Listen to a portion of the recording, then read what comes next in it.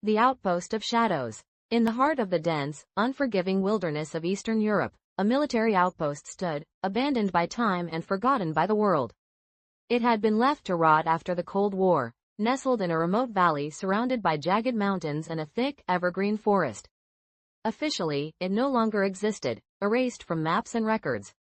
But for Lieutenant Mark Daniels and his squad, it was very real. They had been tasked with securing the area after reports of strange transmissions were picked up, old Soviet codes, repeating in a loop. No one knew why, but command wanted answers. They arrived late in the evening. The sun was setting behind the mountains, casting long, eerie shadows over the decaying structures. The air felt heavy, damp with an unnatural chill that seeped into their bones. The forest around the outpost was unnaturally silent, devoid of wildlife. No birds, no rustling leaves, nothing. The first sign something was wrong came when they found the generator room. The equipment was ancient, rusted, and corroded by years of disuse, yet the lights were still flickering, dim but steady. Corporal Harris, their tech specialist, tried to explain it as some fluke, maybe a backup power source they hadn't noticed. But no one felt reassured. As night fell, the tension grew. A storm rumbled in the distance, the wind howling like a beast through the trees. The squad split into pairs to scout the buildings, leaving Harris behind to monitor communications. Daniels and Private McCall took the southern sector, exploring the barracks. The air inside was stifling, smelling of mold and rot. Dust hung thick in the air, undisturbed for decades. As they moved through the darkened halls, they felt watched, as though the walls themselves had eyes. Then they heard it, a faint, metallic clattering from deeper within the building. They moved cautiously toward the sound, weapons ready. The corridor stretched on into darkness, their flashlights barely cutting through the gloom. At the far end, the clattering stopped. McCall whispered, "It's just the wind." Quote. Daniels wasn't so sure. The sound had been too deliberate, too rhythmic. They continued, rounding a corner, when the air seemed to shift, thick with an oppressive, suffocating presence.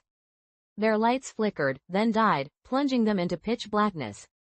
A whisper echoed through the corridor. Words in Russian, cold and raspy, barely audible. "Did you hear that?" McCall's voice trembled. Before Daniels could answer, a shadow moved at the edge of his vision, too fast to follow. Something brushed past him, cold as ice. He swung his flashlight around just as it flickered back to life. Nothing. The corridor was empty. They turned to leave, but the door they had entered through was gone. The hallway behind them stretched endlessly, the walls narrowing, closing in. Back in the communications room, Harris was growing frantic. He hadn't heard from the others in over an hour, and the old radio equipment was malfunctioning. Static filled his headset, broken occasionally by what sounded like faint whispers. Every so often, a word in Russian would cut through. 10, shadow. As Harris fiddled with the dials, trying to make sense of the noise, a sudden jolt of cold air hit him. He spun around, but the room was empty. Or so he thought. The shadows in the corners seemed to stretch, writhing like living things. His breath caught in his throat as a figure began to form within them, tall, gaunt, its face obscured in darkness. The temperature plummeted. The figure didn't move, but Harris could feel its gaze locked on him. Panicked, he grabbed his rifle, but his hands trembled uncontrollably. The figure didn't react, merely stood there, watching. Then, without warning, the shadows surged forward, swallowing Harris whole. His scream echoed through the empty halls, abruptly cut off. Daniels and McCall fought their way back to the central courtyard, where the rest of the squad should have been waiting. But the outpost had changed. The buildings now loomed like sentient giants, twisted and malformed, their windows like empty eyes staring down at them. The squad was nowhere to be found. The storm had arrived in full force, lightning crackling across the sky, illuminating the outpost in brief, jagged flashes. In those fleeting moments of light, Daniels saw them, figures standing at the edges of the courtyard, just beyond the trees. They were tall, thin, and motionless, their faces hidden beneath old Soviet gas masks, their bodies shrouded in black uniforms. "Who are they?" McCall whispered, his voice barely audible over the howling wind. Daniels didn't answer. He recognized the uniforms from old photos, Soviet soldiers, the original garrison of the outpost.